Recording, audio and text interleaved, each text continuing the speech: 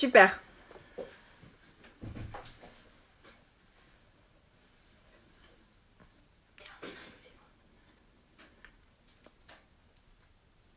Génial.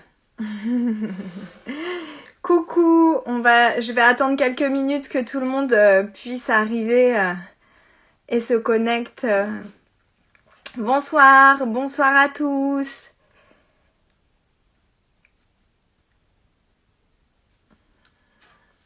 Coucou Anma. C'est bien, je vous vois tous arriver. C'est génial.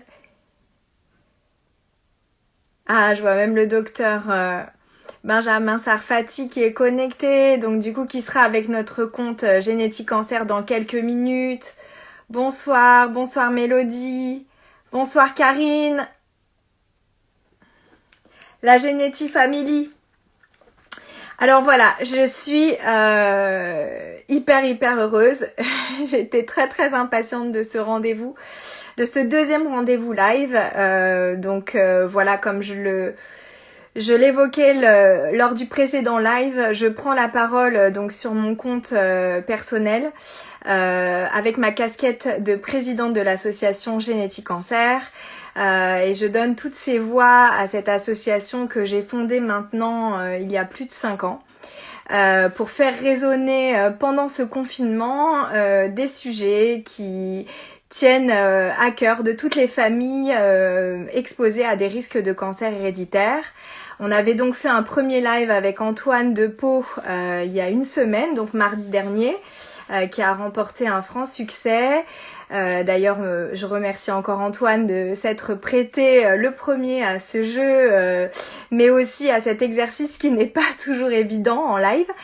Et pour ce second live, puisque de nombreuses questions suite au sujet de l'intérêt du test génétique portaient évidemment sur les chirurgies dites de réduction de risque, je voulais absolument accueillir un chirurgien de renom, et donc je vais vous raconter un petit peu cette histoire dans quelques secondes, puisqu'il sera donc le docteur Benjamin Sarfati sera en live avec nous pour répondre à vos très nombreuses questions. On en a reçu beaucoup, donc on a fait des grands thèmes, des chapitres, et donc il y aura 17 questions abordées. N'hésitez surtout pas à poser vos questions voilà, dans la foire la foire aux questions qui se trouve donc juste en commentaire. S'il nous reste un petit peu de temps, évidemment, on passera ces questions aussi à la suite de celles que j'aurais posées à Benjamin. Alors déjà, puisque voilà, ça arrive petit à petit, moi je voulais vous remercier parce que sur la page Génétique Cancer, voilà, on est plus de 5000 aujourd'hui, donc c'est aussi une date anniversaire.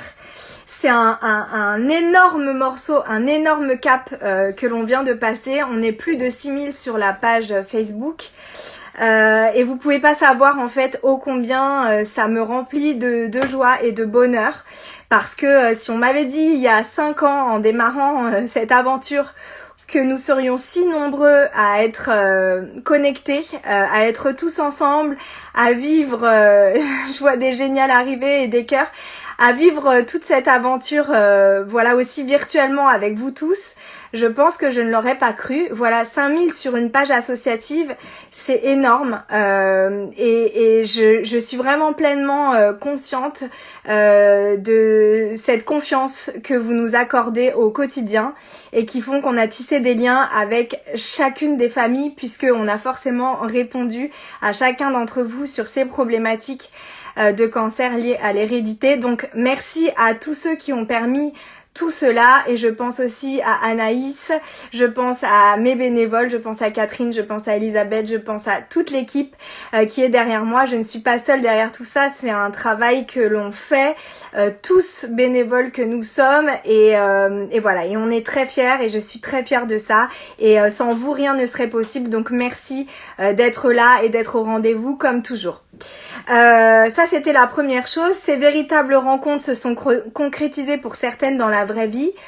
D'autres sont restés digitales, mais avec une force et une résonance incroyable. Je le sais, et vous en êtes le témoin chaque jour. Et c'est d'ailleurs pour ça que j'avais envie d'inviter le docteur Benjamin Sarfati à être des nôtres, parce que pour la petite histoire, Benjamin et moi, on ne s'est jamais rencontrés en vrai. Par contre, il y a plus de 4 ans maintenant, et je pense qu'il va s'en souvenir, j'ai reçu un matin, alors que j'étais dans ma voiture, un appel de sa part qui m'a profondément marquée. Voilà, c'est quand même rare qu'un chirurgien de renom vous appelle. Pour m'encourager en fait dans cette démarche. Moi je sortais de la chambre la veille d'une de ses patientes qui avait eu besoin de mon soutien. Donc il l'avait opéré à Gustave Roussy, et c'est vrai qu'il avait entendu parler de l'association et effectivement du soutien que nous apportions à ces femmes opérées. Et il a pris la peine avant de rentrer au bloc de me faire cet appel qui a pour moi en fait eu voilà, quelque chose d'assez incroyable. Je suis très émue quand j'en parle parce que voilà, le soutien en fait de ces hommes, de ces experts qui sont tellement riches de compétences, mais aussi de générosité, de bonté d'âme. Pour moi, c'est resté quelque chose d'assez magique, et je voulais faire ce premier live avec lui. C'était vraiment volontaire, c'est vraiment moi qui l'ai choisi parce que je n'ai entendu d'écho de lui à la suite de ça que de super retours.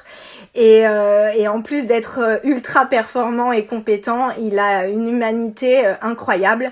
Et voilà, donc je voulais honorer aussi tous les docteurs sauveurs comme lui et comme le mien, à qui j'adresse une pensée immense, au docteur Alfred Fitoussi, qui m'a opéré maintenant il y a plus de 14 ans et qui m'a permis aussi de croire en toute cette belle histoire et en toutes ces avancées. Sans eux, je ne serais pas là pour vous en parler, ça c'est une certitude, et beaucoup d'autres d'entre nous ne pourraient pas continuer de mener sereinement leur vie. Donc voilà, je voudrais vraiment que vous puissiez leur faire et lui faire un accueil comme il se doit, à lui, à Alfred Fitoussi et à tous les autres chirurgiens qui ont fait des travaux assez impressionnants que moi j'ai vus et qui ont été aussi voilà, au cœur de ces problématiques et surtout au cœur de ces solutions pour que nous puissions mieux vivre avec ce petit gène. Voilà, donc docteur Benjamin Sarfati, n'hésitez pas à m'envoyer votre petite demande. Je vais vous rechercher.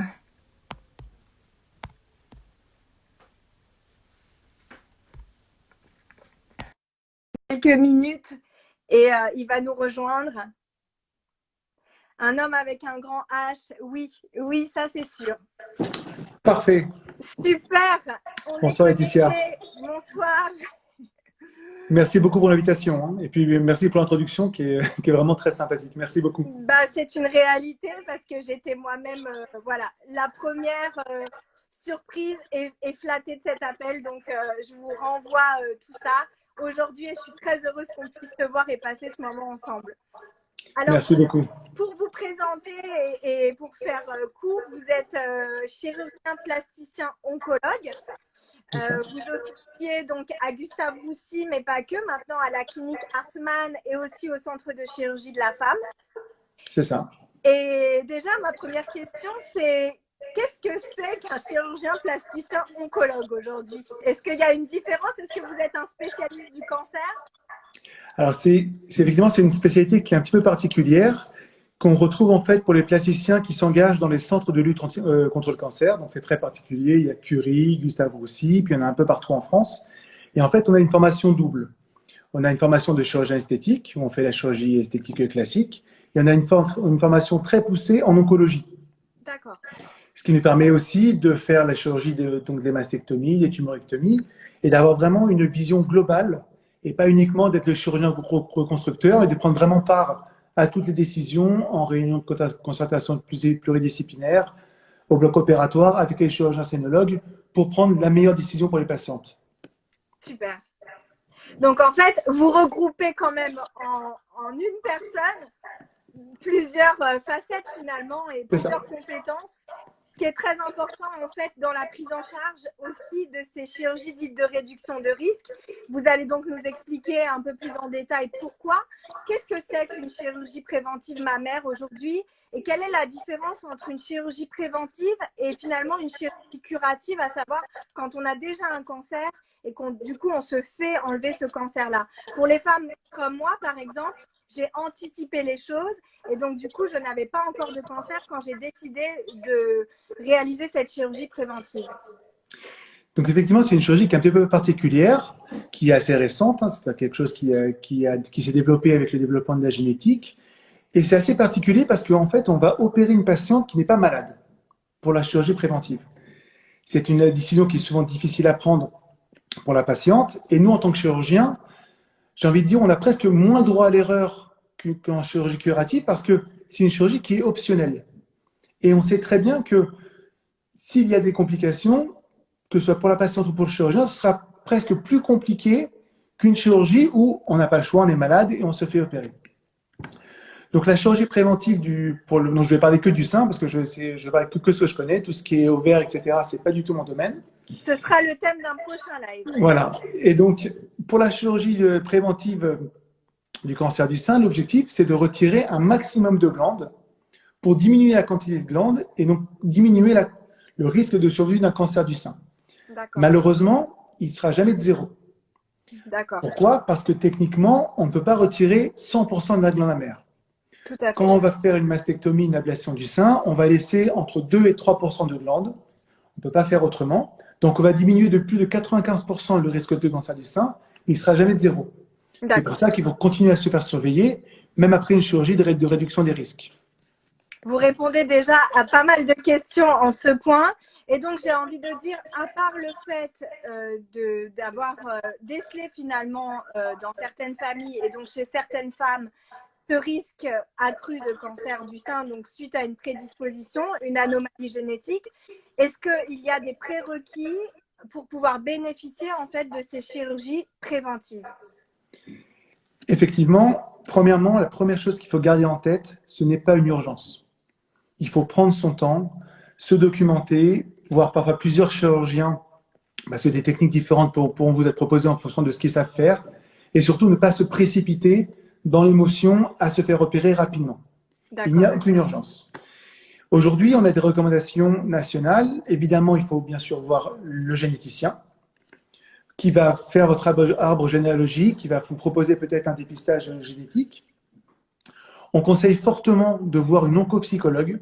D'accord. C'est très important pour justement voir si c'est un projet qui est maturé, si on se sent vraiment prêt, parce que nous, en consultation, effectivement, on parle beaucoup avec les patientes, mais on ne peut pas forcément tout cerner.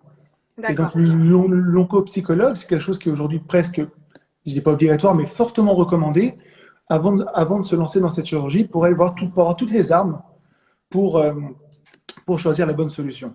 Et ensuite, en termes d'imagerie, il faut avoir une IRM de moins de 6 mois. D'accord, exactement.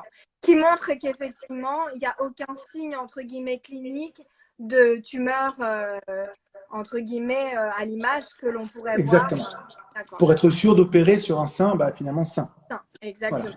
Alors, c'est très vrai. Et en plus, moi, donc, il y a 15 ans de cela, enfin 14 ans, le docteur Alfred Pitoussi m'avait dit « Je vais réfléchir à votre demande, mais avant, vous allez passer par un staff et un comité psychologique pour que votre demande soit reçue. » Aujourd'hui, je sais que tout le monde ne le fait pas, mais moi, j'insiste beaucoup à l'association sur le fait d'avoir cette prise en charge qui me semble indispensable pour être bien sûr, parce que ce geste est irréversible et que c'est très important de mûrir ce cheminement et de prendre son temps, même si c'est très jeune et très tôt, c'est recevable, mais il faut quand même vraiment avoir bien tous les tenants et les aboutissants et faire ce travail de longue haleine finalement avant pour se préparer en fait à la chirurgie. Donc, je rejoins tout à fait votre point de vue. Aujourd'hui, il existe plusieurs techniques. Plusieurs chirurgiens proposent différentes façons d'opérer ces femmes. On retrouve très largement la technique avec ces prothèses que l'on peut placer aujourd'hui derrière ou devant le muscle. Est-ce que vous pouvez nous parler des différentes techniques possibles et surtout, pourquoi est-ce qu'on peut proposer à une femme la technique, par exemple, d'un lambeau dorsal ou d'un DIEP, ou bien des expandeurs, plutôt qu'une prothèse? Est-ce que c'est par rapport à la morphologie? Est-ce que c'est par rapport à l'âge? Enfin, voilà, j'aimerais que vous puissiez être un petit peu plus précis, puisque c'est des questions qui nous ont été posées. D'accord. Alors, ça va être, je ne vais pas faire un listing de toutes les techniques, mais globalement, il faut prévoir, enfin, il faut concevoir qu'il y a deux grandes familles de reconstruction. Il y a les reconstructions par prothèse, donc qui sont des corps étrangers, et les reconstructions par vos propres tissus. Chaque reconstruction a ses avantages et ses inconvénients. Tout à fait. On va commencer par la prothèse. L'avantage de la prothèse, c'est qu'il n'y a pas d'autres cicatrices sur le corps. D'accord. Et que la prothèse, alors soit on passe directement par une prothèse définitive, soit on passe par ce qu'on appelle un expandeur, c'est-à-dire une prothèse dégonflée, qu'on va gonfler progressivement pour éviter de trop traumatiser la peau, et parfois pour augmenter un peu le volume du sein. Et donc, on va ensuite remplacer cet expandeur par une prothèse définitive. Donc ça se fait en 2 temps avec les expandeurs. Exactement. C'est 2 chirurgies. Exactement. La prothèse, ensuite, on peut améliorer le résultat en injectant un peu de graisse autour de la prothèse et en symétrisant l'autre sein. Les inconvénients de la prothèse, c'est que ça reste un corps étranger, qu'il y a un peu plus de risque d'infection et qu'à un moment, il faudra penser à la changer. Alors, ce qui est important de savoir, c'est qu'on ne change pas les prothèses tous les 10 ans, comme on voit un peu partout. D'accord. Et ça, c'est une légende urbaine. On change la prothèse quand il y a un problème. Donc, il faut se faire surveiller, on en parlera peut-être après. D'accord. Et on change la prothèse au bout de 10, 15 ans. Au bout de 20 ans, on se posera vraiment la question. Mais en tout cas, il n'y a pas de date butoir tous les 10 ans systématique. Il faut se faire opérer. D'accord. Et le sein, forcément, est plus rigide que le sein naturel parce que ça reste un corps étranger. Même si aujourd'hui les silicones sont très souples, ce ne sera jamais aussi souple qu'un sein. D'accord. Ensuite, l'autre famille, c'est les reconstructions par vos propres tissus. D'accord. Et au sein de cette famille, il y a deux sous-familles, on va dire.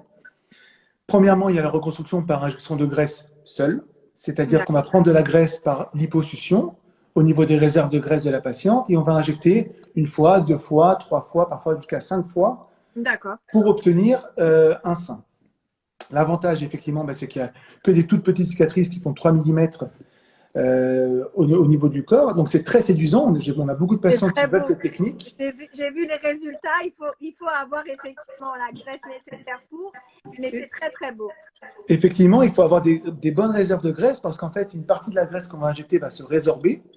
Donc, il faut avoir vraiment des réserves importantes.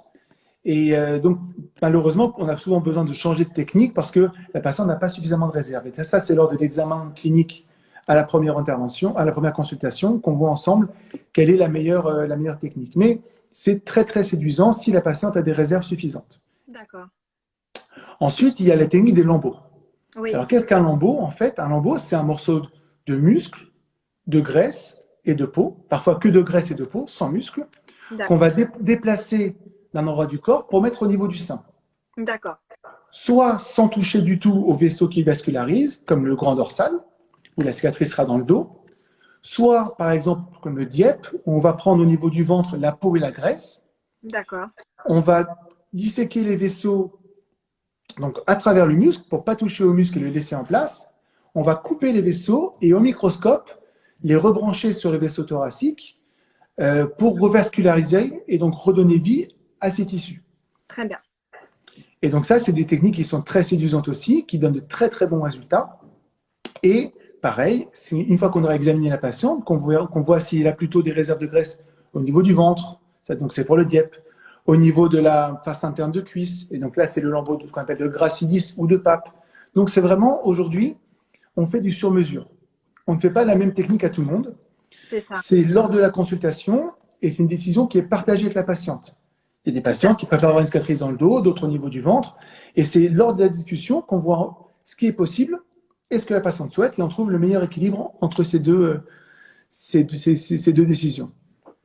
Mais aujourd'hui, en tout cas, voilà, il n'y a plus de paternalisme du chirurgien qui va dire voilà, je fais ça parce que c'est la meilleure technique et je ne fais que ça. On fait du sur-mesure. Alors effectivement, tous les chirurgiens ne font pas tout. D'accord. Il y a des Donc, c'est spécialistes, en fait, en fonction des techniques. On peut trouver, par exactement. exemple, le chirurgien qui a pour habitude d'opérer avec les expandeurs sur les poitrines peut-être un peu plus généreuses et donc qui va être à l'aise avec cette technique pour le faire. Exactement. Et c'est pour ça qu'on vous conseille vraiment de voir plusieurs chirurgiens avant de se décider pour voir ce qui vous convient le mieux. Et surtout, il ne faut pas se dire que, tiens, il m'a proposé une technique, c'est que en fait, ça va pas être bien.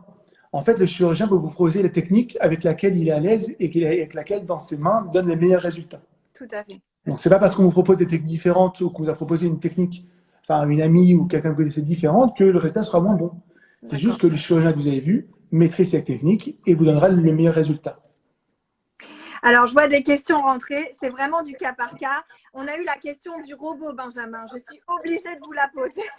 Oui, alors Pour nous, vous êtes monsieur robot. Donc, qu'en est-il de ces progrès? Est-ce que le robot, c'est une science avérée? Est-ce qu'il y a vraiment de meilleurs résultats? Moi, j'ai vu des femmes opérer avec cette technique-là. C'est très satisfaisant aussi. Vous faites la magie des miracles. Qu'est-ce que vous en pensez aujourd'hui, vous, par rapport à ça? Alors, la technique du robot, effectivement, je ne suis pas vraiment objectif parce que on l'a mise au point, donc forcément, on trouve ça super. Mais aujourd'hui, on a assez de recul pour savoir chez qui ça vaut le coup et chez qui ça vaut pas le coup. D'accord. Le robot, c'est particulier parce qu'en fait, cette technique a été développée sur un robot qui n'était pas fait pour ça au départ, qui était utilisé dans d'autres techniques. Et donc, il n'avait pas ce qu'on appelle le marquage CE, c'est le marquage européen pour le sein. D'accord. C'est pour ça qu'il a fallu monter une étude de recherche pour pouvoir le faire. On a opéré plus de 130 seins grâce au robot avec des très bons résultats. Et donc, face à ces très bons résultats et aux résultats très probants de l'étude, la société qui a construit le robot a déposé un dossier européen pour obtenir l'autorisation. Mais aujourd'hui, l'étude est terminée, donc aujourd'hui, on ne peut pas opérer un robot sans cette autorisation. D'accord. Et donc, malheureusement, l'administration européenne est extrêmement lente. Ça fait maintenant plus d'1 an et demi que nous sommes dans l'attente. 1 an et demi qu'on nous dit dans un mois ou deux, ça va être bon, mais on attend. Et c'est très frustrant parce qu'on a été montré cette technique, par exemple, en Asie, et aujourd'hui, ils en font tous les jours. Ils en font tous les jours. Et ça marche très, très, très, très fort. Et nous, on est complètement frustrés. On a mis au point une technique et on doit attendre ce marquage européen pour pouvoir continuer. Et donc, on espère avoir des bonnes nouvelles dans les mois qui arrivent. Mais en tout cas, aujourd'hui, on n'a pas le droit d'opérer le robot tant que cet accord ne soit pas officiel. Et j'espère vous l'annoncer très rapidement pour pouvoir reprendre cette chirurgie qui donne de très bons résultats. Et les patients qui ont été opérés par cette technique ne comprennent pas pourquoi il faut attendre autant de temps. Ce n'est pas une technique magique. On a, comme toutes les techniques, des moins bons résultats aussi, des complications. Mais c'est vrai que pour les patientes, le fait de ne pas avoir de cicatrice sur le sein, ça change tout. Ça change tout. Le fait d'avoir ta cicatrice sous le bras, assez loin du sein, même si parfois les chirurgiens au début étaient un peu réticents en disant attendez, on fait des cicatrices sous le sein, c'est très bien aussi, c'est vrai. Mais pour les patientes, on a des patientes, moi j'ai eu des patients qui venaient de toute la France de pour cette technique, Déborah, par exemple, ambassadrice. Par exemple. Et elle est super heureuse du résultat, c'est magnifique. Et justement, pour les patientes, en particulier les patientes qui ne sont pas malades, le fait de ne pas avoir de cicatrice sur le sein, ça change. Énorme. Et donc, on espère avoir de bonnes nouvelles très bientôt. Bon, on croise les doigts. Si on peut vous aider en quoi que ce soit, vous nous ferez signe. Avec plaisir, il faut ça qu'on marche. fasse une pétition en ligne, on va la faire, il n'y a pas de problème, on se mobilisera. Ça peut toujours aider. Après, est-ce que ce sera entendu jusqu'au niveau européen? Je ne sais pas, mais si vous avez des contacts, je suis preneur. En tant qu'association de patients, on peut aussi vous appuyer là-dessus. Et c'est super de rentrer dans le détail parce que c'est vrai que pour le coup, il y a aussi des choses qui peuvent réfréner. Donc, les cicatrices peuvent en faire partie. L'histoire des prothèses, le fameux scandale des PIP, parce que moi, j'ai quand même été reconstruite avec. Et puis, tout ce qui s'est passé autour des prothèses texturées. Est-ce que vous pouvez nous dire comment est-ce qu'aujourd'hui, finalement, on peut avoir confiance, choisir le bon chirurgien, celui qui choisira la bonne prothèse? Comment est-ce qu'on se renseigne? Parce que moi, je sais que j'ai une petite carte avec le numéro, la référence de ma prothèse pour vérifier que c'était bien les bonnes. Est-ce que vous pouvez nous donner des petits conseils par rapport à ça aujourd'hui et quelles sont vos recommandations? Alors, aujourd'hui, l'avantage, quand il y a eu un scandale, c'est qu'ils ont serré les vis. On est quand même sur quelque chose maintenant qui est hyper surveillé. Ce qui s'est passé pour PIP, c'est incroyable. Je pense que ça se reproduira jamais. Et c'est une histoire complètement folle. Le choix de la prothèse, je vais vous dire honnêtement, dans mon expérience, il n'y a pas une marque qui est supérieure à une autre. D'accord. D'accord? Il n'y a pas de prothèse qui scientifiquement ont montré une supériorité par rapport à l'autre. D'accord. Il faut utiliser une prothèse, encore une fois, avec laquelle le chirurgien se sent à l'aise, qui connaît bien la gamme, qu'il a accès à toutes les tailles, qui puisse vous proposer quelque chose sur mesure et pas juste 3 tailles en disant j'ai que ça. Donc, il faut vraiment faire du sur mesure pour les patientes. Et donc, quand le chirurgien vous dit voilà, j'utilise cette prothèse parce que j'ai l'habitude, mon conseil, c'est de laisser utiliser la prothèse parce que on n'a aucun argument pour dire que cette prothèse est supérieure à une autre. Par contre, si vous lui demandez de changer sa gamme, il sera peut-être moins à l'aise. C'est ça. Et donc, il n'y a pas vraiment d'intérêt de changer.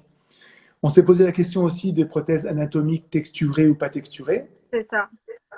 Ça, c'est une autre histoire. Donc, les prothèses texturées, on s'est rendu compte qu'elles pouvaient, on parle des prothèses macro-texturées qui ont une texture très agressive, pouvaient entraîner ce qu'on appelle un lymphome anaplasique à grande cellule.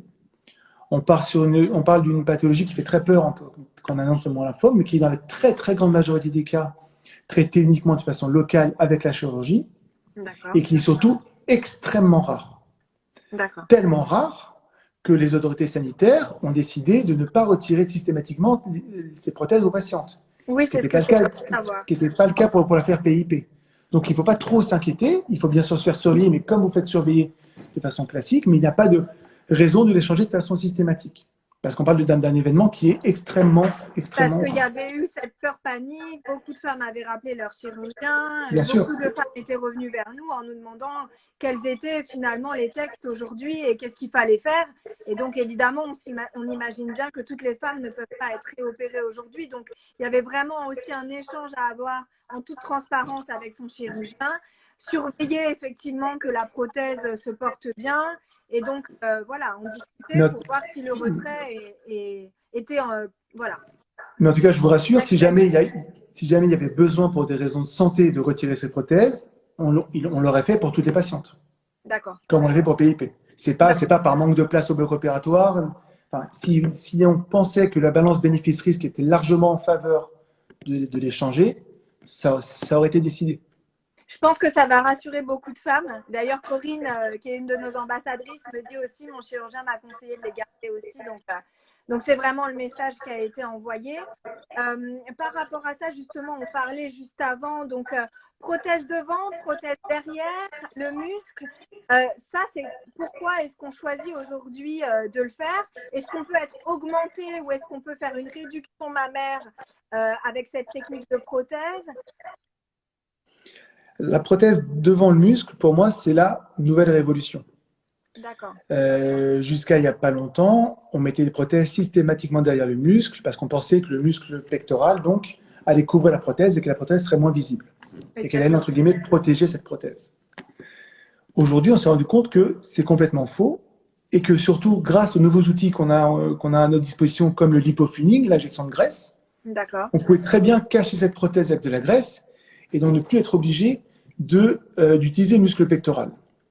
Donc, qui donne un effet parfois. Moi, je trouve, quand on a un muscle fort, en fait, quand il se contracte, en fait, il rétracte la prothèse et donc ça fait un effet contreplaqué, en fait. Exactement. Qui est un peu contre nature, finalement. Le muscle demande à se recoller et avec la prothèse qui le soulève, dans un effort physique, par exemple, une traction, une pompe, enfin, quelque chose comme ça, ça donne vraiment quelque chose de pas très joli, de pas très esthétique. Donc, avec la prothèse devant, on n'a plus ça, en fait, finalement. On n'a plus ça du tout. Effectivement, donc, les avantages de mettre la prothèse devant le muscle, c'est beaucoup moins douloureux. D'accord. On peut mettre une prothèse définitive d'emblée. D'accord.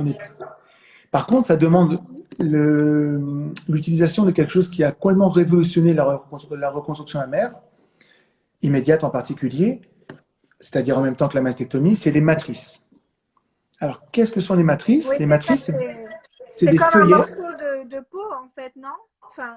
Ça dépend. Il y a du derme et il y a des matières synthétiques. Ça dépend du chirurgien. Et en fait, c'est un feuillet qui va entourer la prothèse et qui va fixer la prothèse sur le muscle pectoral. Pourquoi on en a besoin? Parce que souvent, quand on fait une mastectomie, donc une ablation du sein, la loge est beaucoup plus grande que la prothèse. Et on ne veut pas que la prothèse se balade partout dans le sein. Et donc, en fait, grâce à cette matrice, la prothèse est fixée sur le muscle pectoral et donc ça l'empêche de bouger et ça donne de très très bons résultats. Oui, Le parce seul que problème, l'avantage qu'on m'avait expliqué, c'est que dans le muscle pectoral, on pouvait creuser comme une petite loge, en fait, pour pouvoir accueillir cette prothèse pour éviter qu'elle bouge, en fait. Et donc, du coup, alors la matrice remplace un peu ça. on ne creuse pas du tout le muscle pectoral, on le soulève, on le met D'accord, derrière et justement ce muscle pectoral permettait de maintenir la prothèse en place. Mais d'accord, maintenant qu'on met la prothèse devant, c'est ces filets-là qui vont nous permettre de les mettre en place. Le seul problème, c'est que ce filet n'est pas remboursé d'accord, aujourd'hui. Il est d'accord. remboursé dans énormément de pays dans le monde, mais en France, on est très en retard là-dessus. Donc pareil, c'est partie des combats qui peuvent être intéressants à mener. Tout à fait. Et donc il faut, nous, on a la chance dans nos centres, que ce soit avec Nick Hartmann ou avec Gustave Roussy, que la structure prenne en charge c'est Cette le coût, matrice. parce que ça peut aller de 600 à 3000 euros, hein, donc ça peut être D'accord, vraiment excessivement cher, mais ça a complètement transformé la reconstruction mammaire immédiate en tout cas. d'accord. Ok. Et pour Génial. moi, maintenant qu'on peut injecter de la graisse autour des prothèses, sauf si la patiente est très fine et qu'elle n'a pas de réserve de graisse ailleurs sur le corps, 98% on va dire de mes reconstructions mammaires immédiates sont devant le muscle. Devant. D'accord. Et donc, il y a moins de rejet avec cette technique-là, d'après vous aussi. Finalement, moins de Non, complications. non. Ah, Ça pour l'instant, c'est pas encore prouvé. d'accord, C'est pas encore prouvé. En tout cas, ce qui est sûr, c'est qu'il n'y en a pas plus. d'accord. Et ce qu'on sait, en tout cas, c'est que le vécu des patientes est bien meilleur avec la prothèse devant le muscle que derrière. Et ça c'est déjà énorme. D'accord, ok. Et donc, forcément, la cicatrice, que ce soit devant ou derrière, est-ce que ça a une incidence? Comment ils ont choisi finalement de faire cette cicatrice en dessous de sein, autour du mamelon, sur le côté? Est-ce qu'on a notre mot à dire? Ou est-ce que c'est le chirurgien finalement qui, en fonction aussi de sa technique pour vider la glande mammaire, se sera plus à l'aise avec une cicatrice à un endroit particulier?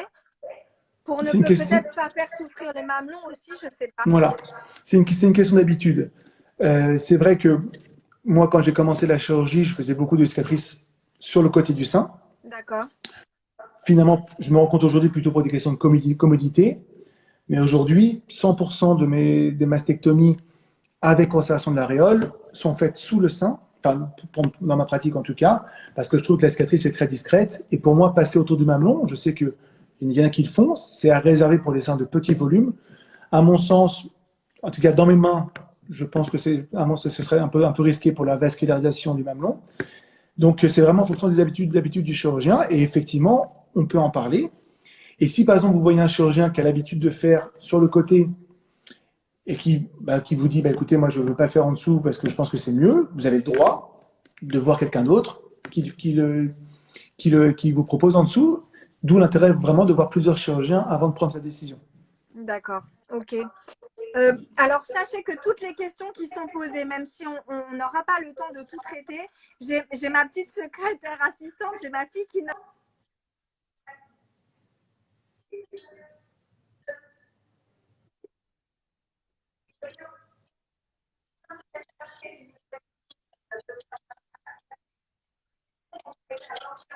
Avec plaisir.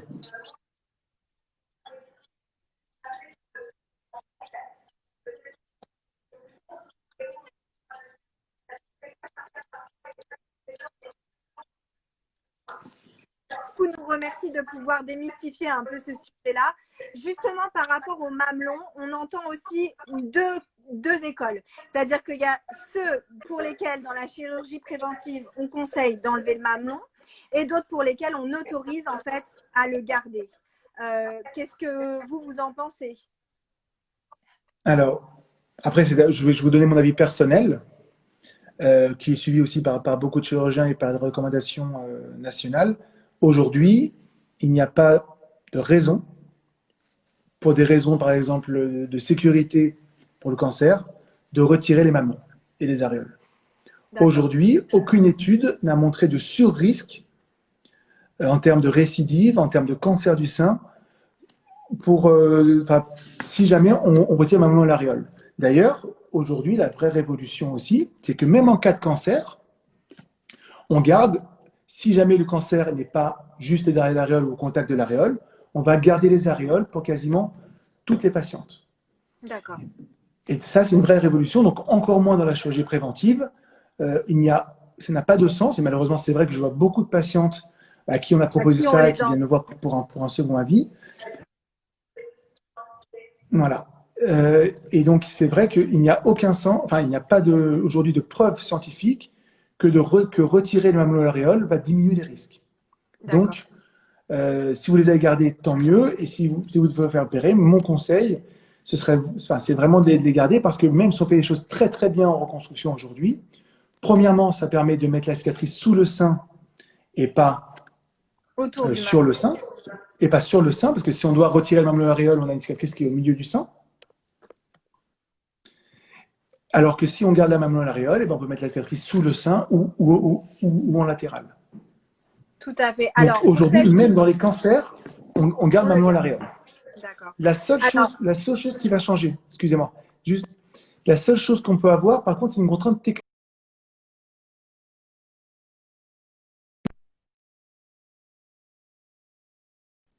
Ah, je ne vous vois plus. Je n'entends plus.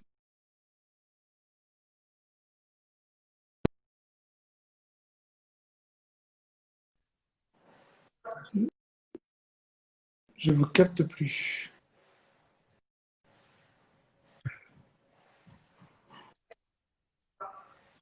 Est-ce que c'est toujours OK? J'entends plus. Ça va se reconnecter, je pense.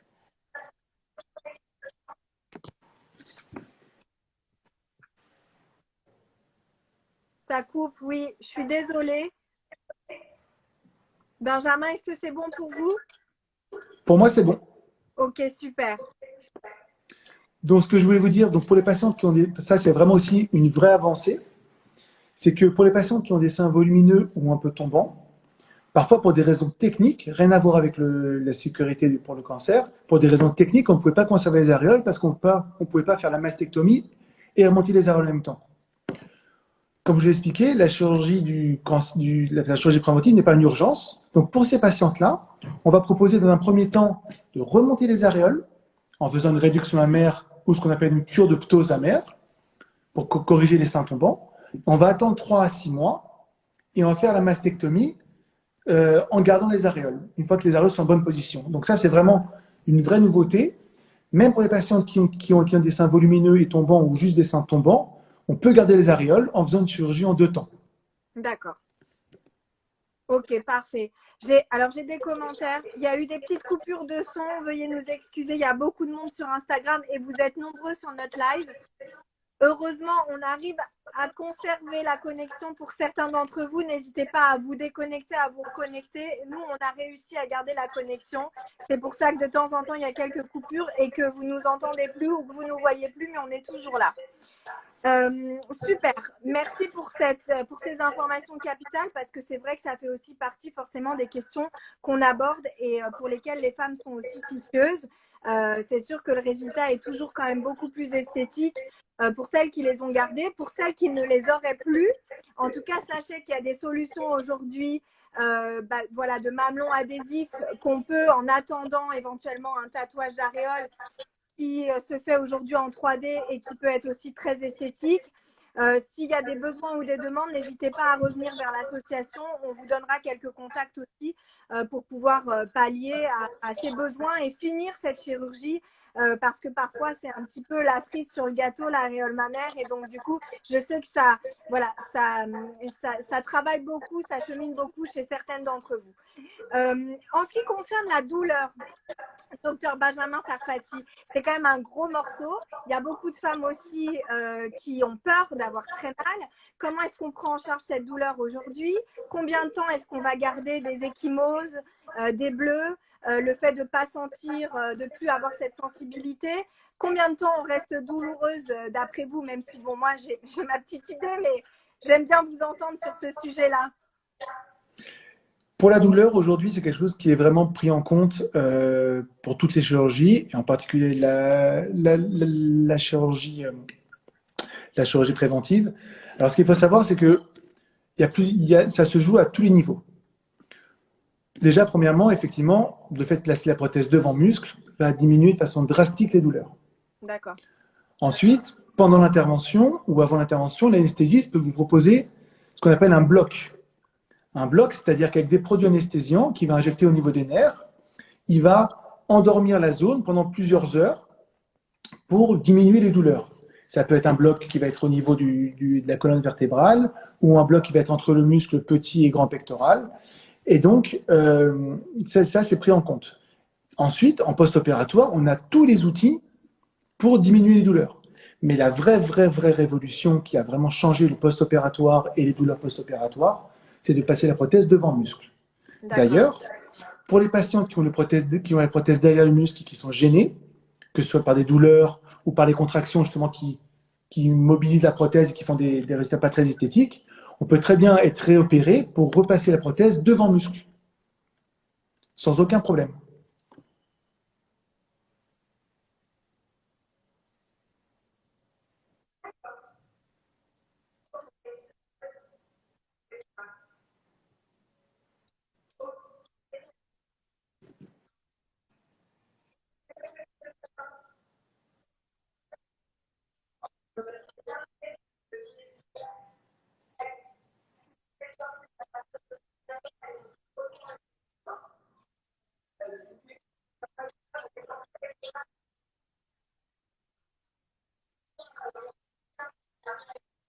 Un mois.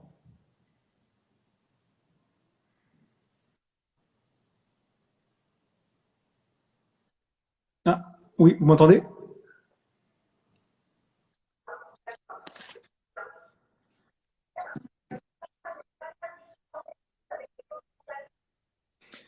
Il existe plein de marques différentes. J'ai envie de vous dire, il faut essayer et voir celle qui vous convient le mieux. Il n'y a pas de, encore, c'est comme pour les prothèses, il n'y a pas de marque supérieure à une autre. Il faut trouver la marque avec laquelle on est à l'aise et surtout ne pas hésiter à changer, même une semaine après, si on n'est pas à l'aise. Il est difficile parfois de savoir exactement la taille qu'on va faire après l'intervention. Et surtout, moi j'ai des patients parfois qui me disent, mais pendant une semaine, je me sentais pas très confort, etc. Et juste le fait de passer à la taille au-dessus, le maintien est toujours aussi bon, mais ça diminue beaucoup les douleurs. Donc il faut vraiment pas hésiter. Avoir mal après une série d'interventions, ça peut arriver, mais c'est pas forcément dû qu'à la chirurgie. Parfois, c'est un soutien-gorge qui est trop petit. D'accord.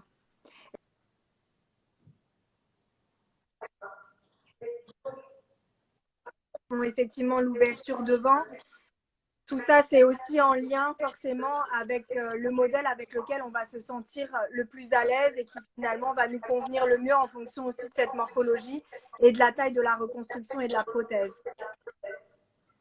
Exactement. Très bien. Super. Est-ce qu'on peut parler des drains? Bien sûr. C'est combien de drains et c'est combien de jours? À quoi servent-ils finalement? Pourquoi sont-ils là? Et est-ce qu'aujourd'hui, on peut rentrer à la maison avec ces drains, par exemple? Alors, j'ai pas eu le début de la question, mais bon, je vais vous parler des drains. Alors, les drains, c'est systématique, d'accord? Aujourd'hui, on ne sait pas faire sans. Ça nous permet en fait de récupérer la lymphe qui peut être créée par le sein qui a été retiré et des éventuels petits saignements. Euh, et donc ça, c'est systématique. Il y a des endroits où vous allez rester à la clinique ou à l'hôpital le temps qu'on retire les drains. Et ça, en général, c'est entre 3 et 5 jours. Ou alors, il y a des chirurgiens, aussi parfois sur demande de la patiente, qui acceptent que les patientes rentrent le lendemain ou le surlendemain avec les drains à la maison. Ça ne pose aucun problème. D'accord. Ok. Ça me semble aussi être une bonne option. Et en tout cas, de ce qui est à surpayer, parce que moi, j'ai fait une petite complication des suites d'une lymphe très importante avec des drains qui donnaient beaucoup. On surveille souvent que le sein ne gonfle pas, ne devienne pas trop chaud, voilà, qu'il n'y ait pas une taille disproportionnée d'un coup d'un seul, parce que sinon, il y a aussi la possibilité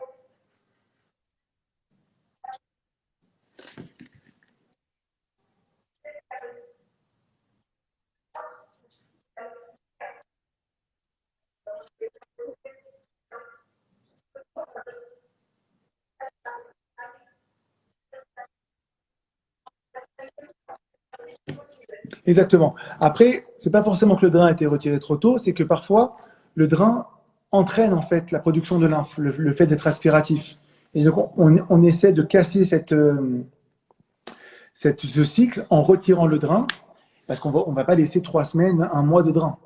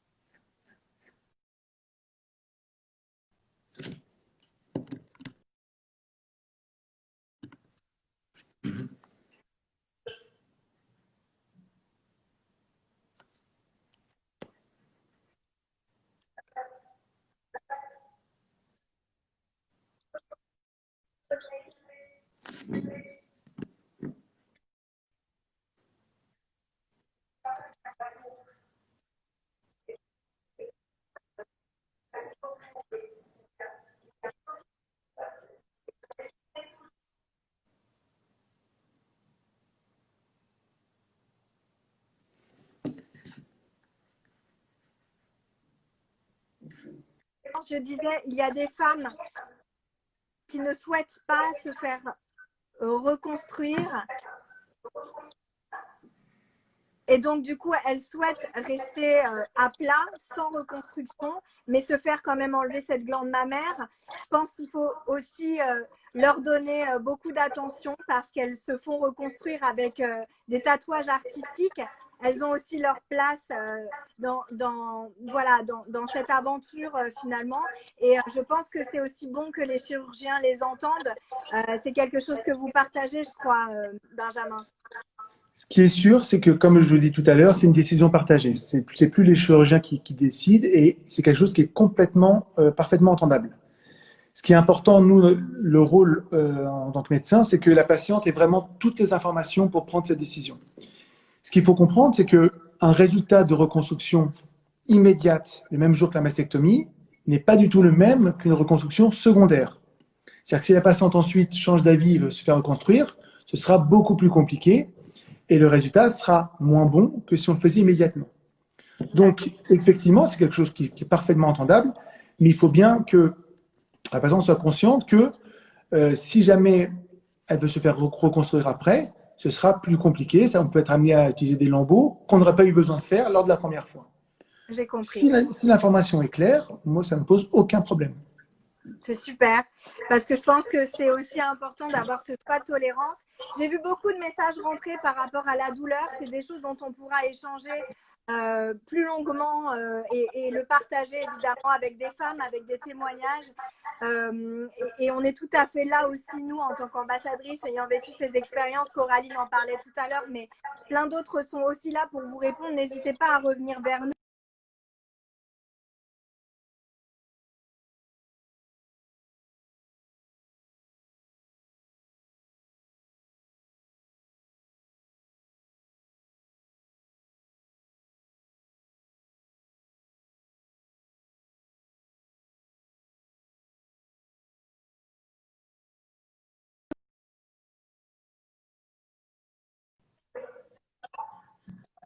Je ne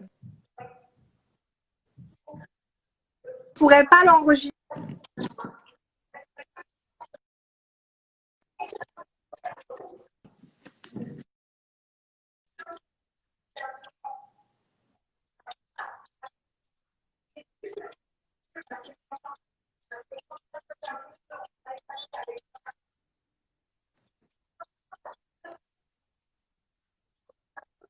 Oui.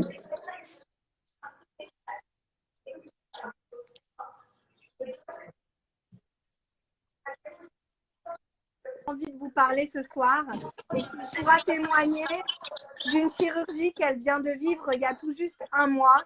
Et je voulais absolument lui laisser la place parce que je sais ô combien c'est important aussi pour vous d'entendre le retour de ces femmes qui vous remercient du fond de leur cœur d'avoir fait ce geste pour elles et pour leur survie, pour leur vie. Voilà. Je ne sais pas du tout qui va être en ligne, mais merci beaucoup. En tout cas, merci encore une fois pour l'invitation, Laetitia. C'était vraiment, c'était mon premier live Instagram. Donc, je suis très content d'avoir fait avec Il va vous. vous porter chance, vous allez en faire plein d'autres, on va en faire plein d'autres. Avec plaisir, ça marche. Merci à tous ceux qui nous ont suivis. Et puis, ben, je me connecte donc sur votre compte pour voir le message alors. Qui vous Ça adresse ce marche. petit message. On À vous tout de embrasse suite. fort. Merci. Merci beaucoup. Au revoir tout le monde. Merci à tous. Bonne Merci soirée. et merci Benjamin. Restez avec nous parce que vraiment, ça vaut le coup. Ça À marche. tout de Je vais suite, tout de suite. Benjamin. À tout de suite. Merci. Merci.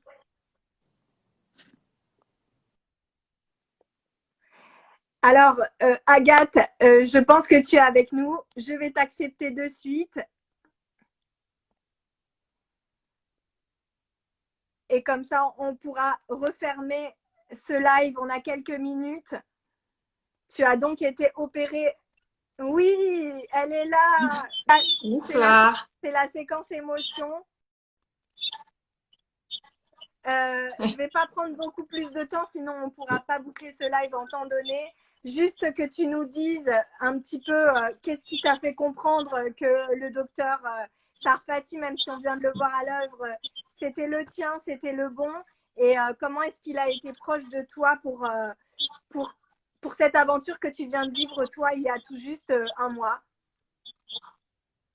Oui, alors moi j'ai été opérée le 13 octobre 2020, donc c'est vraiment tout frais, ça va faire un mois vendredi. J'ai choisi le docteur Sarfati pour énormément de raisons. Alors j'ai fait la démarche un peu à l'envers parce qu'en fait, avant de savoir que j'étais porteuse de la mutation génétique, je me suis beaucoup documentée, j'ai beaucoup fait de recherches sur Internet. Et c'est vrai que j'étais tombée sur des vidéos qu'il a faites qui sont extrêmement bien faites, dont une sur la reconstruction qui dure à peu près 2 heures. Et je l'ai regardé, ça m'a fascinée. Et je m'étais dit, si jamais, par malheur, j'ai cette mutation génétique,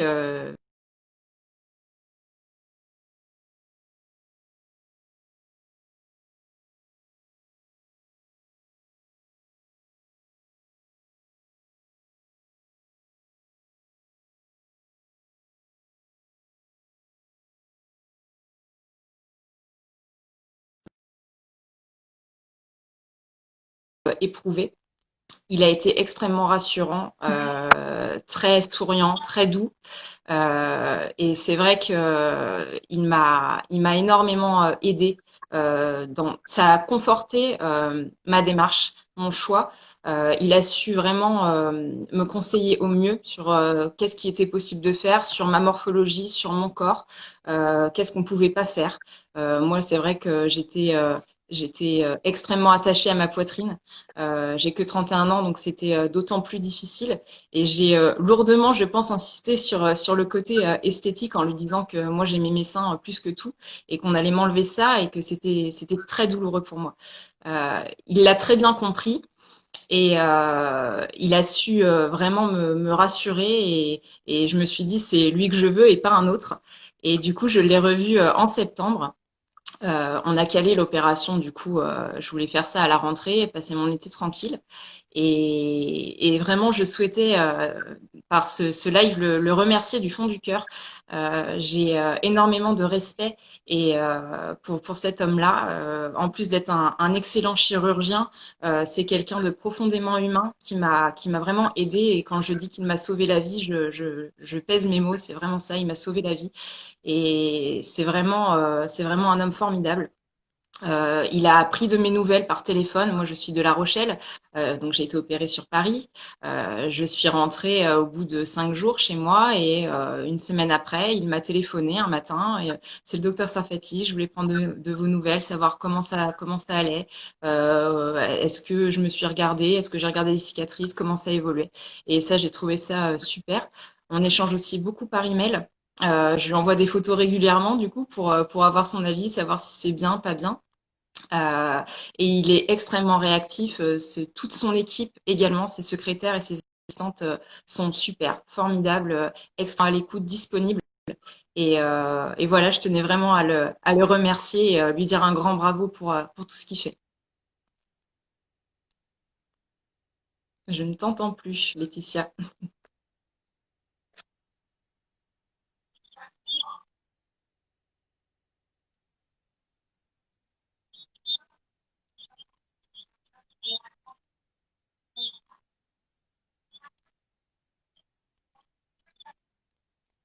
Oui, quand je suis descendue au bloc opératoire,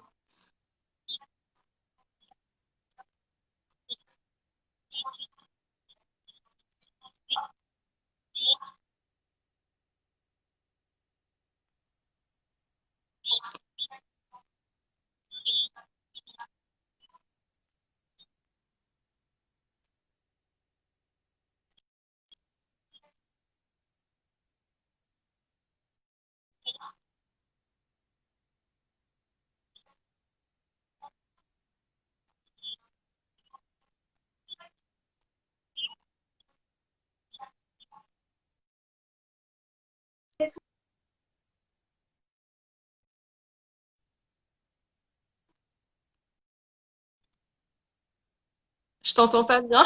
Je suis désolée.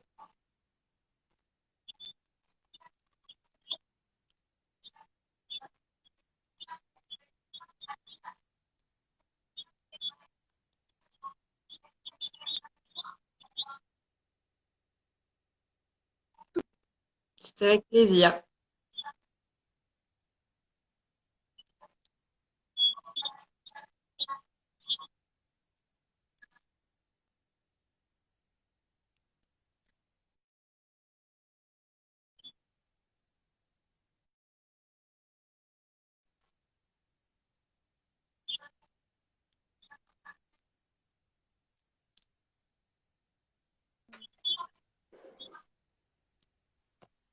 Merci.